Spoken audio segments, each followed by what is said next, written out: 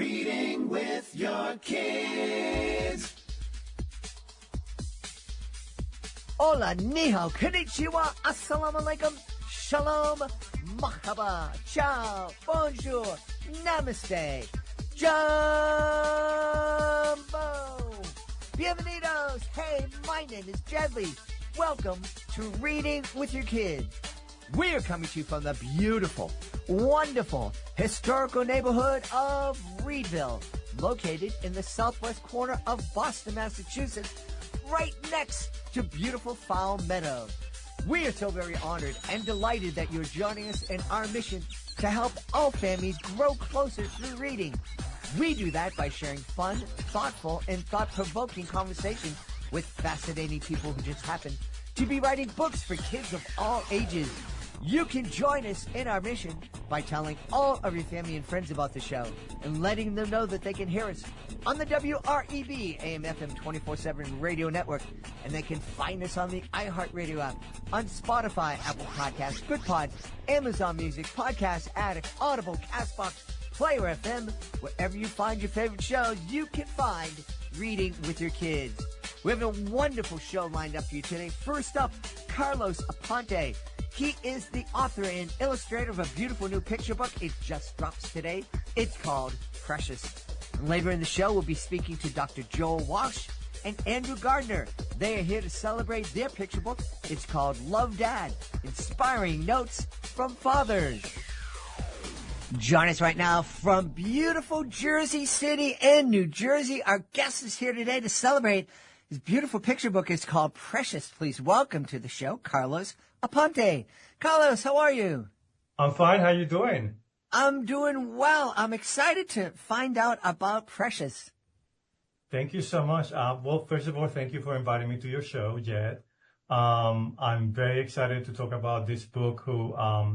It's a book that I've been wanted to write for a long time. So finally, it's something that I finally completed. So it's here. It's Precious. What do you want to know about it? Well, I'm sitting down. I'm going to be curling up on the couch with my little kids. We're going to pull Precious out.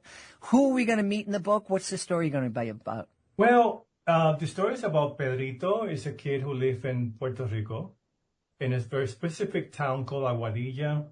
And his father left to the States to find a job, and they're going to bring the family to the States. And while he's waiting, while he's working and the family's waiting, a hurricane comes through the island.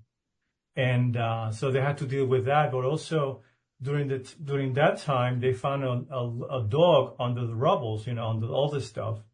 And they take care of the dog. And then one day, while the kids were helping the neighbors clean the street, the dog runs away, and they follow the dog. They run after the dog, and the dog finds the owner, who is an old man who lives by himself. So the kids not only have to accept that it's not their dog, but also they help the man, in the house, taking out the furniture because the water, filters through the roof. So it's really about accepting. I mean, the book it's about many things, but it's accepting how things are, and to be kind. It's about community. It's about resilience. It's about family. So there's a lot of themes in the book. I love it. I love that it's set in Aguadilla. It's a beautiful part of the world. I've been there performed there many times. It's, I just love it. And of course, the people who listen to the show know that my beautiful wife's family is originally from Puerto Rico. So it has a very, very special place in our hearts.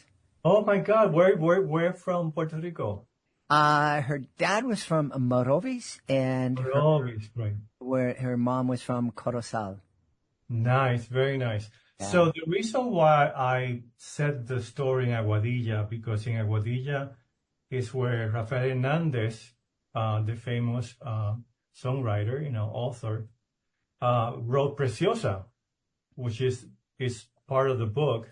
It's a very important integral part of the book, because at one point they are all singing Preciosa because their father liked to play songs and Pedrito would sing.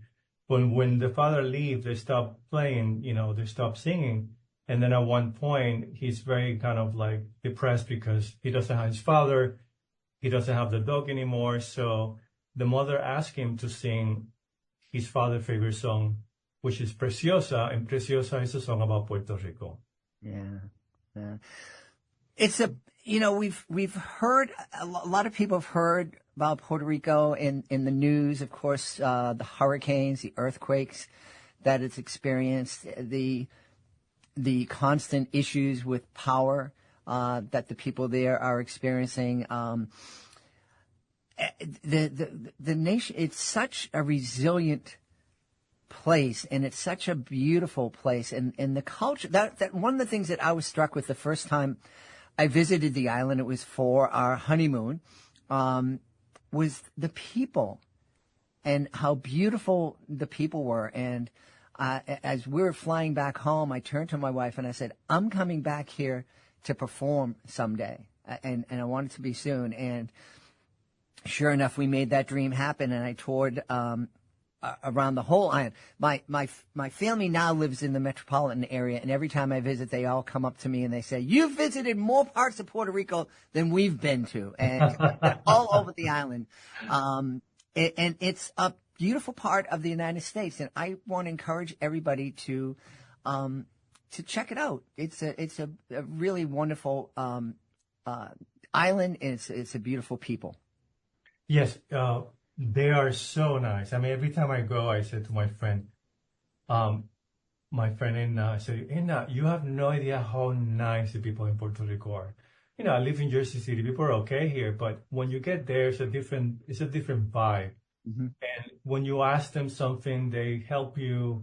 They'll do anything to help you. And that's why I think that after the hurricane, people really help each other, and they made it through because the people were helping each other. They really care about each other. Yeah. And that's part of the book.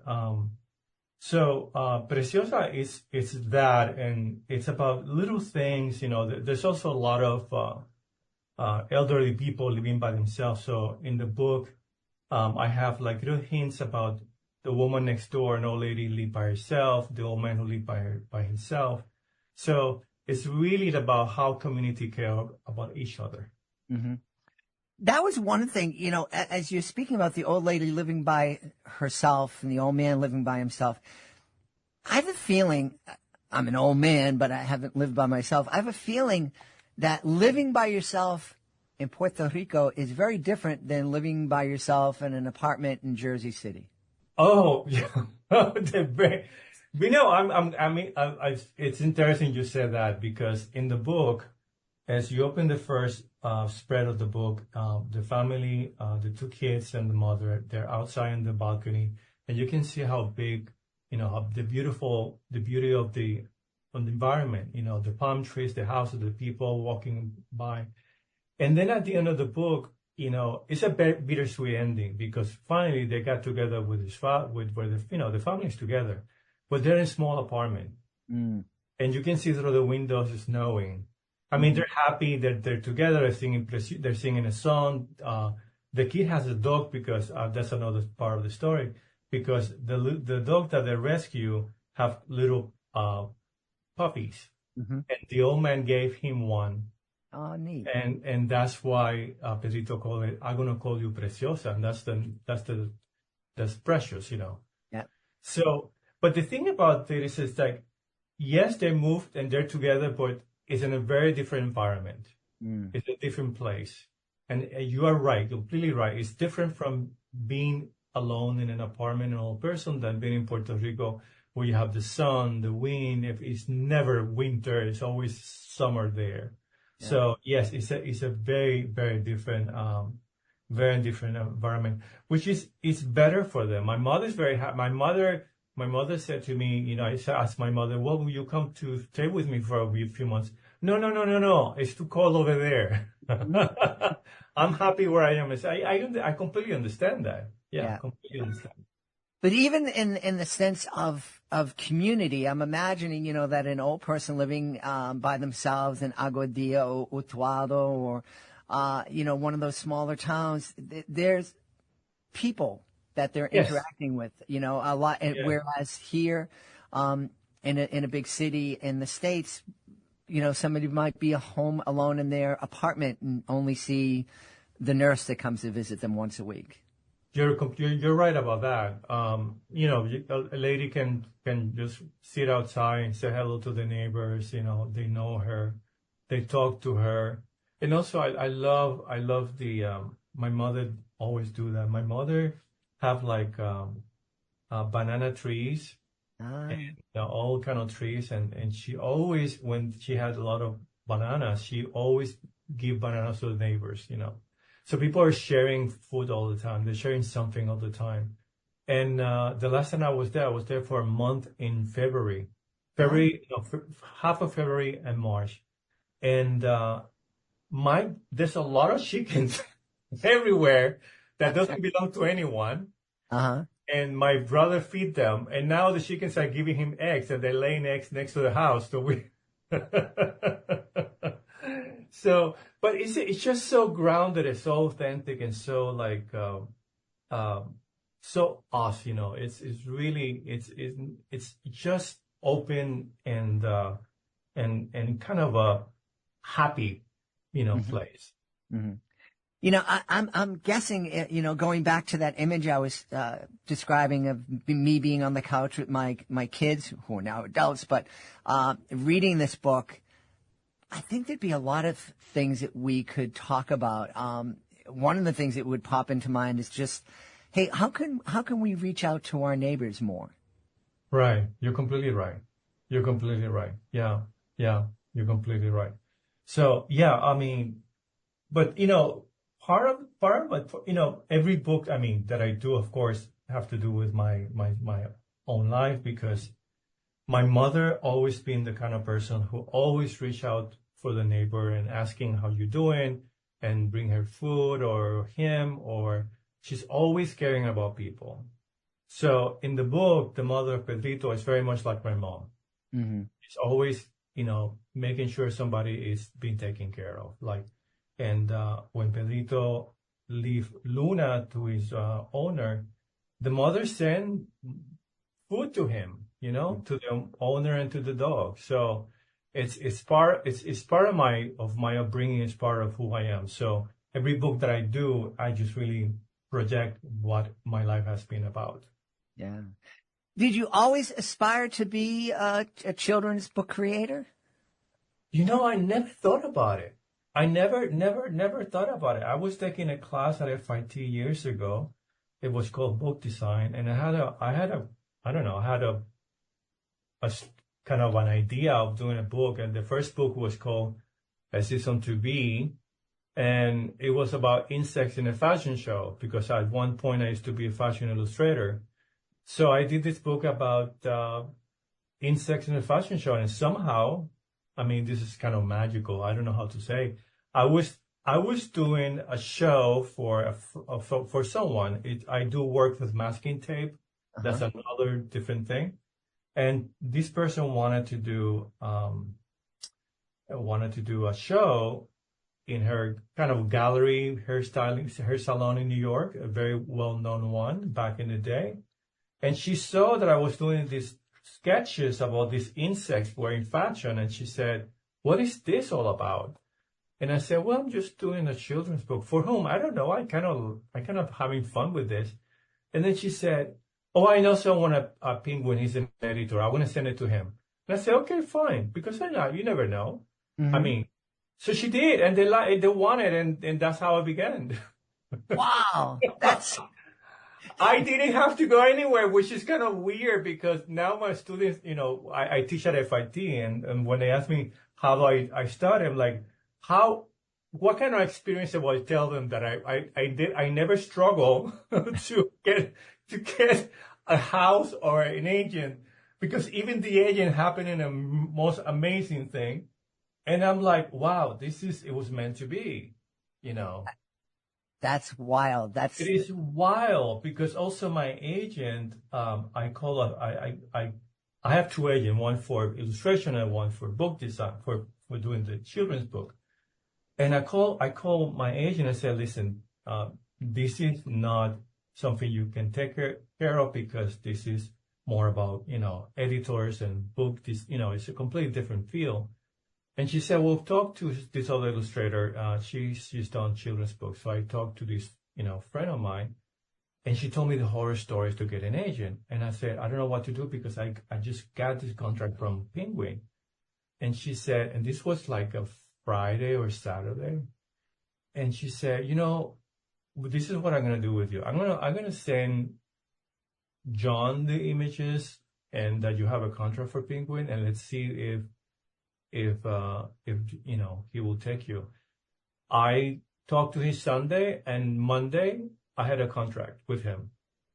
So, it's like, I don't know what to say. I mean, I didn't have like any struggle, which I feel terrible about it. But I mean, I had struggles in my life. So I said like, I'm glad I had to have a struggle with this, And then, my second book, they asked me to do a book more about my, Puerto Rico. Mm-hmm. And something personal. And I was a little reluctant to do that because, my childhood was great, but, there's things that, I don't know, I didn't want to feel kind of exposed myself, my childhood, nothing terrible happened. But I grew up, my mother was a single parent, and my father lived in San Juan, and my father and my mother separated because, and they didn't see each other. And at one point when I was 16, I went looking for my father in San Juan. So I decided to tell a story, but from a childhood, perspective. Mm-hmm. And that's how Across the Bay came about. Wow. And I was like really scared because I'm like, who's going to read a book about a kid who goes to San Juan trying to find his father and he never find him? But it turned out to be a good story because it was really about understanding that family doesn't have to be father and mother. Family can be the mother and the grandmother. It can be, single parents. And it turned out to be a very successful book for me. So then after that, I'm not afraid to go deep into telling stories that are more realistic and more, from a different point of view, Yeah. I imagine it must be difficult to kind of share that part of you and open up to the world. And I imagine there's a lot of authors out there who, like you just said, well, who's going to want to read a book about some kid, But I think the story that you were telling is a story that lots and lots of kids experience. And so they're able to see themselves in the pages of the book. But also, I love the fact that books can be windows into others' lives and others' experiences so that we can develop some kind of empathy for others and understand that we are all part of one beautiful human family. I completely agree with you. And because that book was so successful, I felt like, oh my God, my stories matter. Mm-hmm. My life matter, my experiences matter, my culture matter, which I think it's a fantastic, because, you grew up in Puerto Rico, you come to New York, and, back in the day of being in New York, it was not about Puerto Rico. It was a different environment, different language, different people, different customs. Everything was, the cultural popular culture was different from the one that I grew up. Everything was different. So it took me a while to understand it was okay. And then suddenly things began to turn around, and suddenly our culture was valued, and the stories were valued. And I'm like, this is fantastic. This is really great. Yeah. Well, my father-in-law, before he passed, he used to say, he said, if all the Puerto Ricans in America move back to Puerto Rico like they say they're going to, they'll have to put a second floor on the island. You're completely right. Well, it's interesting because the book is about Puerto Rico, but it's really dedicated to the diaspora. Mm-hmm. Because, in Puerto Rico, there's a group of people, not everybody. So like, oh, you moved to New York, and it kind of like make you feel like you're no longer part of the culture of Puerto Rico. You're not part because you're not living in Puerto Rico. Mm-hmm. But there's so many people living in New York or the States like me, who really look at Puerto Rico and love the island and have these dreams about the island, and we miss it. We miss the food, we miss the music, we miss the warmth, we miss the abrazos. Abrazos means hugs, embrace, Mm-hmm. We miss, we miss all that. The old ladies, the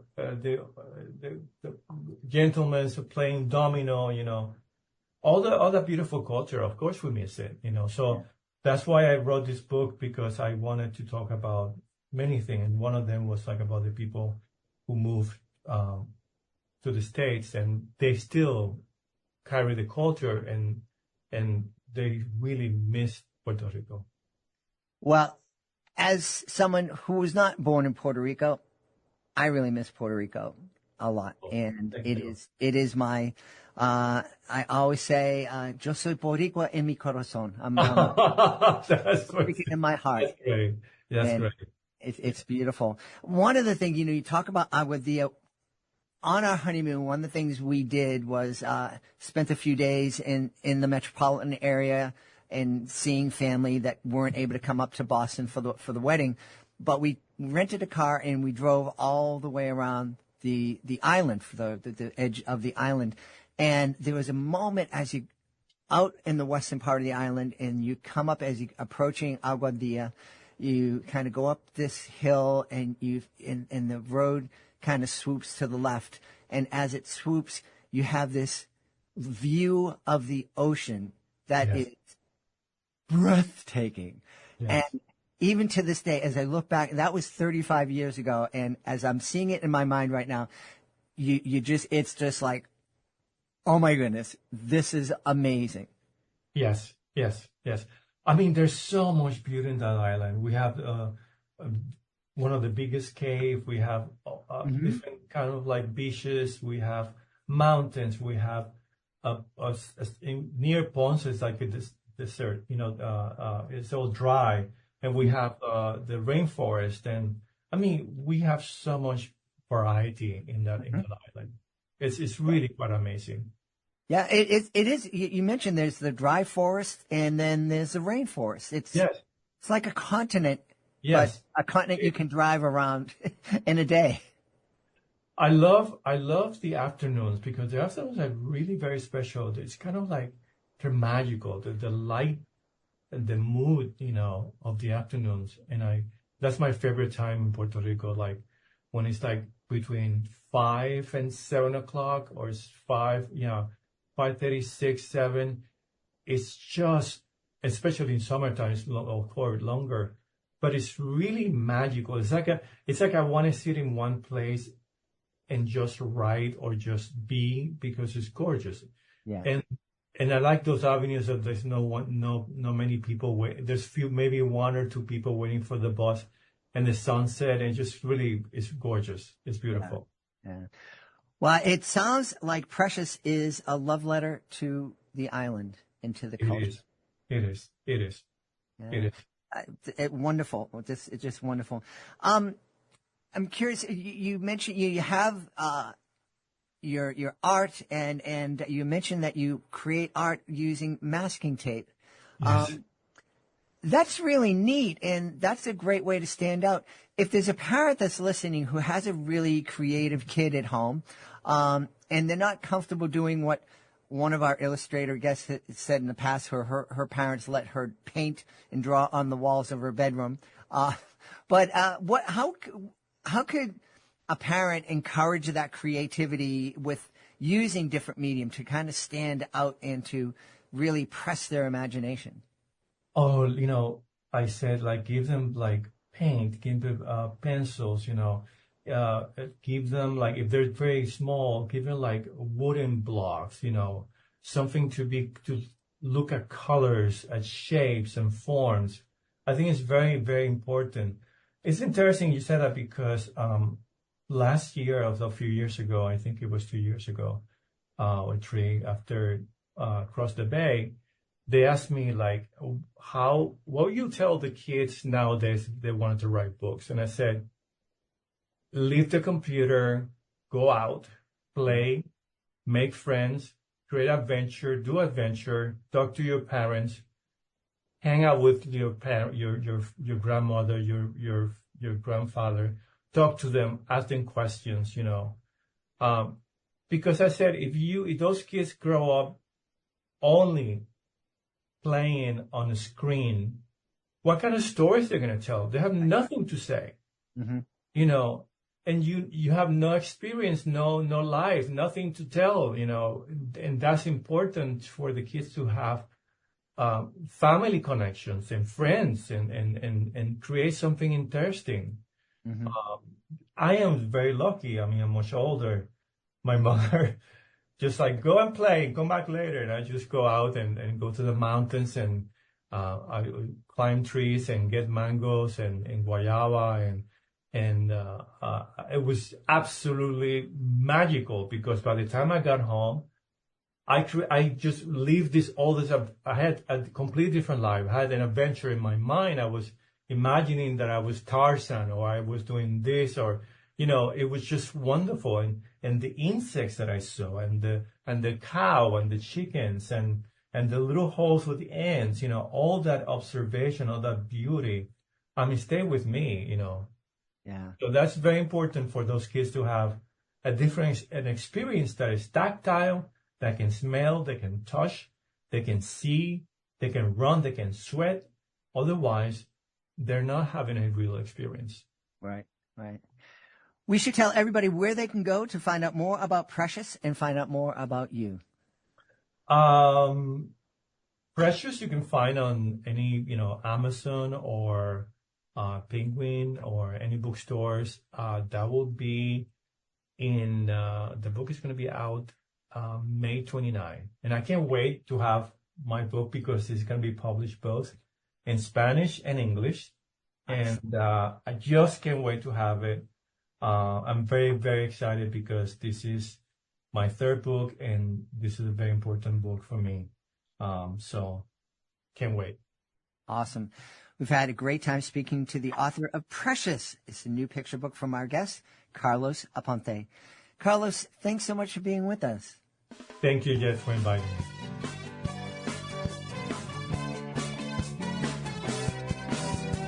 Kindness is quite magical, and respect is magical too. When you travel as much as Jed does, the magic comes right through. But he's not alone in his quest, he's got some helpers in his crew. 3 dogs that help him stage his show and bring it right to you. Real Magic Podcast, it's so much fun in many ways. Real Magic Podcast, tune in and you'll be amazed. Ahoo! I'm Daisy. I'm Calvin. Oh! And I'm Augie. Oh! And I'm Jedley, magician, storyteller, and your host for Real Magic. I've been performing educational magic shows in schools for decades, spreading laughter, learning, and a little bit of wonder wherever I go. But this podcast, it's not about tricks. It's about real magic. Real magic is the kind that lives inside of you. It's kindness. It's caring. It's the little things we do every day that makes the world a better place. In each episode, me, Daisy, Augie, and Calvin will be sharing heartwarming stories from my school shows, moments where kids just like you helped create magic that didn't just wow an audience, it touched hearts. So if you're ready to laugh, cheer, and feel inspired, come join me and my pups and discover the magic that's real.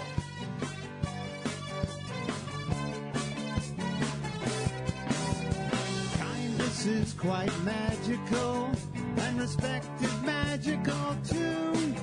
When you travel as much as Jed does, the magic magic comes right through.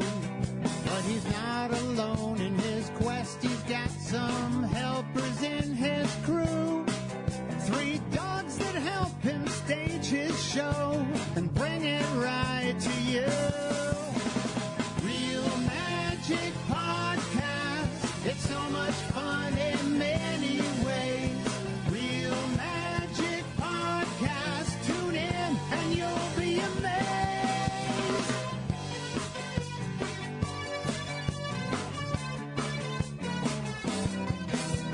Gently leads the charge as a magician and a bit of a clown. Calvin is a goofy pit bull who never seems to be down. Augie is a grumpy old beagle, or is he really a basset hound? And Daisy is a border collie wiener dog that knows her way around. Real Magic Podcast. It's so much fun in many ways. Real Magic Podcast. Tune in and you'll be amazed. Real Magic Podcast. It's so much fun in many ways. Real Magic Podcast. Tune in and you'll be amazed.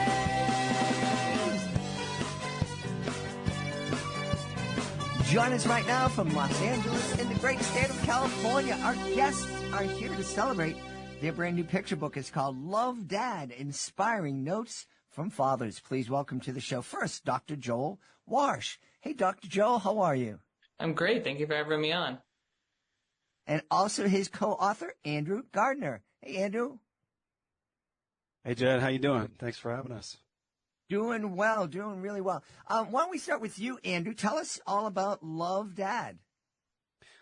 Yeah, happy to, Jed. So Love Dad, first of all, it's just really cool to sort of have out in the universe now. But what it is at its core is it's an idea that Dr. Joel and I had years back at this point to bring a collection of dads together to share messages of love and wisdom and guidance with our own kids and the kids of the world, and more specifically from a dad's perspective, which is something that we hadn't seen out in the world and something that we were really excited to do. Dr. Joel, I'm curious about that first meeting. Were you guys in a coffee shop sharing some coffees, at a bar, pounding down some brews?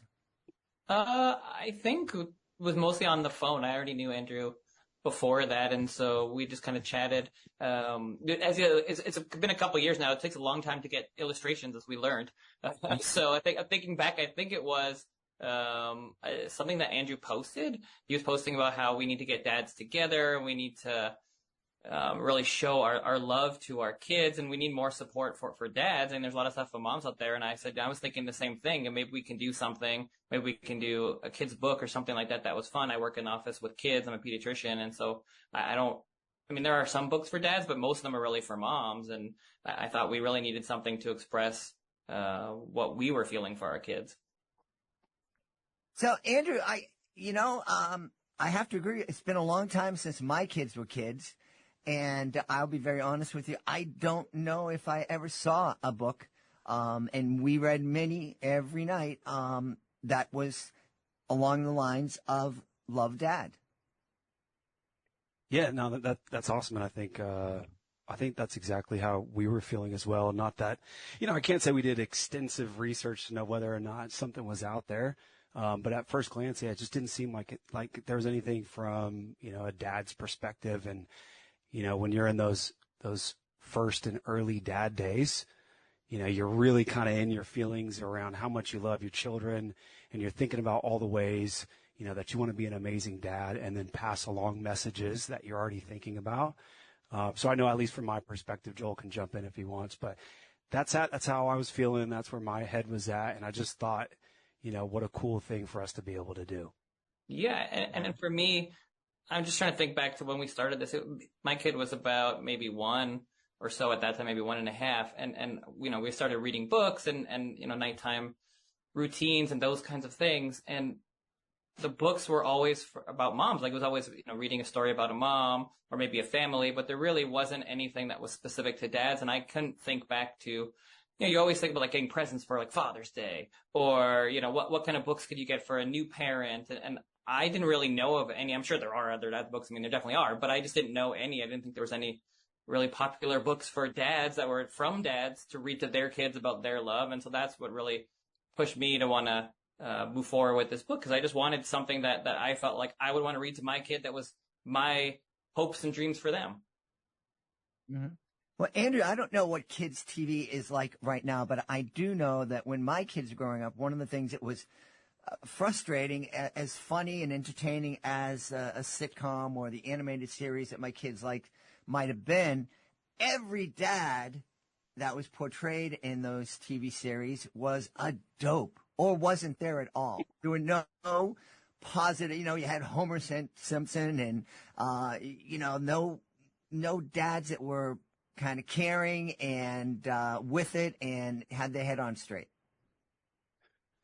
Yeah. That's a great observation. I would say that sort of rings true from what I experienced watching, kids TV back when I was a kid. Kids TV today, I think is a little bit different, but you're spot on. And I don't know if it's a generational thing, but it certainly seems like, the way that I feel about being a dad and my peers around me, including Dr. Joel, we just want to be really involved. We want to be there and be part of all the special moments. We want to be involved with all the little details that I think, historically people might only put ownership on mom for. So it's important for us to have that level of involvement. And, when you think about making a book like this, that's totally what comes to mind is I just think we want to be present, involved, and we want to make an impact on our kids. Yeah. Hey, Dr. Joel, as a pediatrician, you're like, as we say here in Boston, you're a wicked smart guy. So, how important it is for families to read together. Tell a little bit just about in general about how beneficial reading with your kids is every day. And then maybe if you have any insight in it, how important is it for both parents and how beneficial is it for a dad to read with their kids?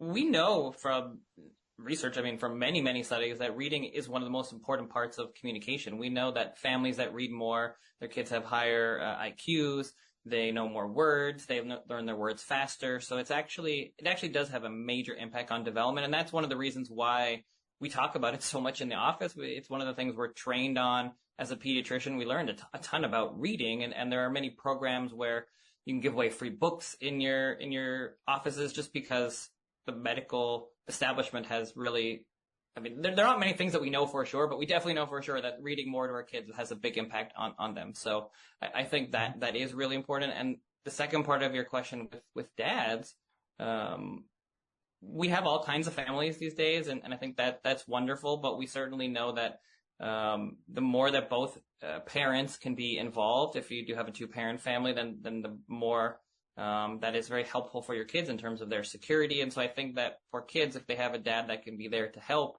and to read, that's really helpful for their development and their security and their attachment. So I think it's really important. I think it's a great trend and movement that dads are more involved, that more emotional. And I think that really was one of the big pushes for us, because I think if you go back to when we were kids, and certainly our parents and grandparents, it was a very different parenting style. It was like, my way or the highway. You got to be tough. The man, was the man of the house. And that was really the thinking back then. And that's changed a lot over the last 20 or 30 years. And there's a lot more sharing of roles and responsibilities and a lot of different looking kinds of families.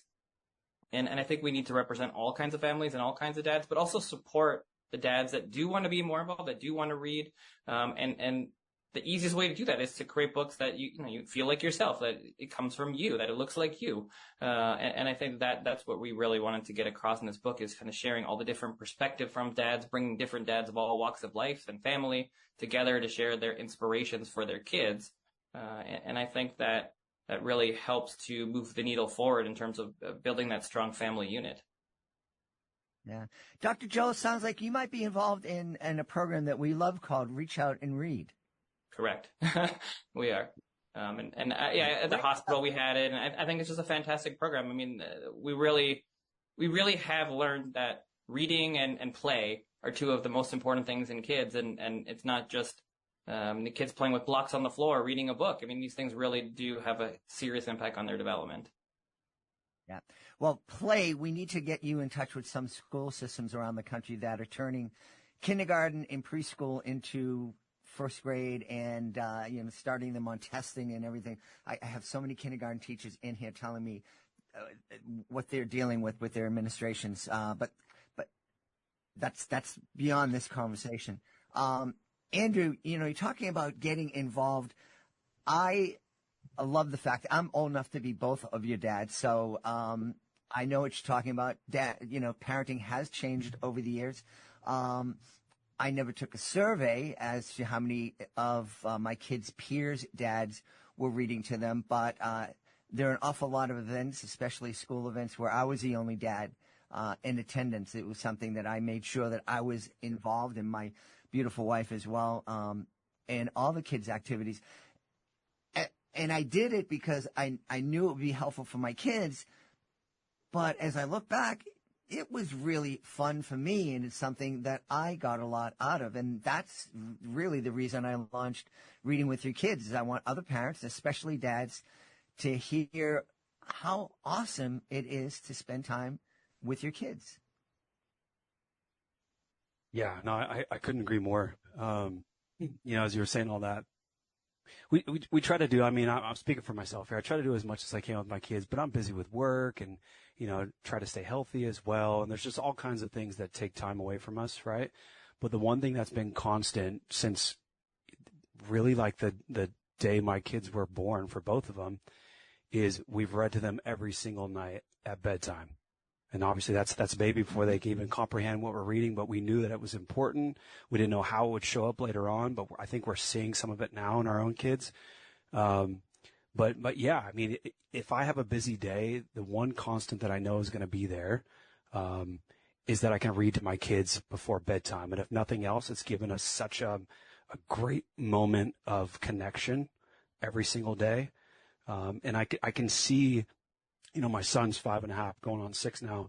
And I can see the impact that reading has already had on him. I can see the interest level that's there for him. I can see, how much he's intrigued with wanting to understand concepts and words and spell and all that. So it's been amazing for us. Yeah. I was very surprised when I went into my first meeting with my son's kindergarten teacher, and she said, it's amazing. Your son's such a great reader. And I goes, what are you talking about? School just started. And she's like, no, he's reading by himself.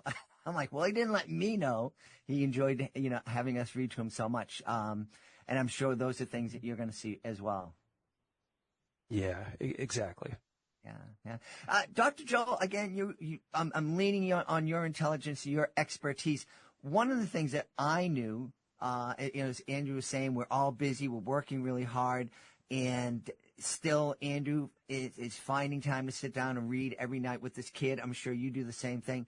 For me, one of the things that I discovered was that it was really on those long nights, on those nights where everything's gone wrong, I'm exhausted, the last thing I want to do is sit down and make the funny voices and animate the story, that by the time I'm finished with it, I feel a lot better than I did. The frustrations, all that anxiety is swept away. Yeah, it is a fantastic point, and I would echo that. I feel the same way. I think there's two major sides of benefit there. I mean, for kids, we know from a medical perspective and just from parenting in general that bedtime routine is so important for them in terms of getting them ready to go to sleep and helping them to fall asleep and get a great night's sleep. So I think from the child side, that's fantastic because they get that consistency, that routine. It sets their body. It's part of that nighttime setting them into motion to go to sleep. So I think that's fantastic. But also for us, I mean, it's a fantastic chance to get away from everything, to forget about anything that might have been tough that day and just focus on your child and read a book and have some fun. And especially now, I mean, even more so than maybe 30 or 40 years ago. Now we're so busy with our phones and social media and texting and all the things. And when you're reading a book, your phone's not there with you. You're there with your kids. Hopefully your phone's in a different room. And even if it's just 10 or 15 or 20 minutes, it's that carved out chance to just be with your kids. And that quality time is so important. And most of the parenting experts I've ever heard say, we get it. Parents are super busy. You don't always have all the time in the world. But if you don't have that much time, the most important thing that you can do is, if you do have those small pockets, to make it really quality time, make sure you're fully focused, you're engaged, you're there with your kids. And reading is that perfect opportunity, especially before bed, even if it's 10 minutes, that you are totally focused on that child. You're reading them a great book. You're going through stories. You're going through imagination. I mean, these are all really important building blocks and really foundational to our kids' health. So yeah, you can't underexpress the importance of reading books to our kids. Absolutely. To me, it's like, so, from the kids' perspective, the most important person in my world is taking time out to be with me. He's really important. He has people call him up all the time. People depend on him. He fixes things. He does all this stuff. But at the end of the day, he takes time, or in the case of a mom, she takes time and sits down and just focuses on me. And I think that sends a huge message to kids. Yeah, I think so. I mean, I think that's the message that we want to be sending. And we know, like, the role models, the most important people are the parents in your kids' lives. The most important thing you can do is just spend time with them. We often forget about that. We think about money or all the things that we got to do. And at the end of the day, it's just being there. And reading is really that bridge to just being there and just being present and just focusing on them, even for a few minutes. Yeah, absolutely. Andrew, you were mentioning earlier that you wanted all kinds of dads represented in the book, and certainly the illustrations show that. I think I saw a man bun there, and there was a beautiful rainbow of dads. Why was it important to you to have that diversity instead of just one dad speaking to their kid throughout the book? Simply put, it just looks different for everybody, right? And we didn't want to have it through one lens. So it was important for us to go out and find people from different walks of life and then have different perspective. And ultimately, right, it's a book of messages of inspiration and love. And those messages look different across different dads. Yeah. So, yeah, it was imperative for this one. Yeah. I mentioned the man bun because I obviously can't have one, and I'm very jealous. Andrew, I'm curious as to the creation of the book. You said you got input from other dads. Did you send out a message on social media? Did you sit down with the guys? Did you bring everybody in to have a kind of a big kumbaya dad session? Oh, good question. I think it's a little mix of everything there. I don't have too many friends, but luckily Dr. Joel has many and made up for my shortcomings. So no, when we had the idea of the book, the idea always was to bring in a collection of dads. And we had some connections through Dr. Joel's work. At the time I was doing more content creation, and my wife and I had a podcast as well. So we had the ability to connect with a bunch of awesome peers of ours who were also young parents. So when we had the idea and it became clear that maybe it was something we could actually do, we just started reaching out or meeting with people in person. And I think we were just lucky and fortunate enough to be able to bring together the group that we did. Mm-hmm. Do you have a favorite message in the book? Because the book is made of many, I think 30, 40 different messages from dads. Is there a favorite of yours? Yeah, it's a little biased, but it's my own. I thought long and hard about it, and ultimately it kind of boiled down to one message from each of us. And, it's basically a sentence or two, right? A bit of an elevator pitch. And I was thinking, what is a message that I want to pass on to my kids specifically? And I think it's something that I'm still trying to teach myself, which is why it was so important to me. But it's my message reads something like, I hope you love big. But the biggest love you have is for yourself.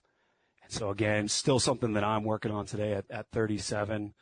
But it's really important for me to, not necessarily through words or through reading it, but to demonstrate that for my kids. So maybe if nothing else, it's just a reminder to me and is important to me. Yeah. Dr. Joel, I was right. I am old enough to be both of your dads. But do you have a favorite message that's in the book? I think the one that stood out to me at the end was about superheroes and just remembering that, there are all kinds of superheroes out there, different shapes, different sizes. They don't all wear capes. I think that one, and maybe just at the end of the book, just remembering that, we're gonna love you no matter who you turn out to be. And I think that's a really great perspective in the way that I think about the world and about, my kids as well, that we don't know exactly where they're going, but we know that we're gonna be proud of them. Yeah. I love those, both of those stood out to me too. I also love the one very early on in the book, about, I think it says something like, I hope that you always remember to smile, something along those lines. I think that's a real important message for kids. Both of you come from a pretty, immediate profession. Andrew, you tell me that you were content creation. We know that content has to be made and made up fresh every day. And Dr. Joel, you're dealing with people's immediate needs. It must have been very frustrating for you to get this book, get this manuscript, have a publisher say, yes, we want to make this a book, and we'll see you in 3 years when everything is finished. But what was that like when and either one of you can jump on, what was that like when you discovered how long it takes for a book to come to life? Yeah, I have done, the regular kind of books, and, it still takes a long time, but when you're finished, you just edit it and it's done. It took like a year to come out. This was surprising. I didn't realize it makes sense because you have to make illustrations, and that takes a long time, but certainly was, I would say it's with this kind of book more frustrating because we had so many parents or dads involved. And then between the time when they gave us their quotes and their information, the time the book came out, it's such a long time has lapsed that, I think that was something that we weren't expecting, but it's just part of the book world, I guess. Yeah. I hope none of them came back and said, I didn't mean that. But no, and I'm curious. One of the things we talk about here with authors is when you have a traditionally published picture book, the authors are part of the story. The illustrator also has a role to play in telling the story. Was it hard for you to kind of let go and say, okay, we're gonna trust this illustrator with our ideas and message? You want to take that, Joel? I think, yeah, it's tough. We were lucky. We got a really great illustrator. He's fantastic, David Cooper. And everything that I ever saw that the sketches that we saw along the way were amazing. The changes were fairly minimal and like the color scheme and that little things here and there. But like for the most part, he did a fantastic job. You also learn as an author, you don't get that much say all the time. The publisher, they know what they're doing and they kind of tell you what they think, and you get a little say here or there. Where you get a say and where you don't. And letting go a little bit of that control for your book for the experts. With Penguin, it's like, okay, they're pretty good, so you kind of have to trust them. But at the same time, that's different than what we usually do. Yeah. Hey, Andrew, where can we go to find out more about Love Dad, Inspiring Notes from Fathers, and more about both of you? Yeah, great question. You can go to Amazon. It's available there. You can go to randomhouse.com, I believe. And those are probably the two best places. I know it's coming out in stores, but I think we're still actually waiting on some information on which stores specifically it'll be available in. But we can definitely circle back with you once we know more. Awesome. And is there a website, your own website? Do you want to plug it all? Other social medias you can get it from. So Dr. Joel Gator or Grafting Guy. Grafting Guy. All right. There you go. Okay. We've had a great time speaking to the authors of Love Dad, Inspiring Notes from Fathers. Our guest has been Dr. Joel Warsh and Andrew Gardner. Hey, my friends, thanks so much for being with us. Thanks for having us, Jed. We hope you've enjoyed this episode of Reading with Your Kids and will join us for the next exciting episode of the show. In the meantime, we'd love for you to connect with us on social media, facebook.com/readingwithyourkids, @readingwithyourkids on Instagram, and @JedleyMagic on X. Our YouTube channel is youtube.com/readingwithyourkids, and our website is readingwithyourkids.com. If you love the show, we'd really appreciate it if you could share a link to the show with your family and friends. And we'd also appreciate it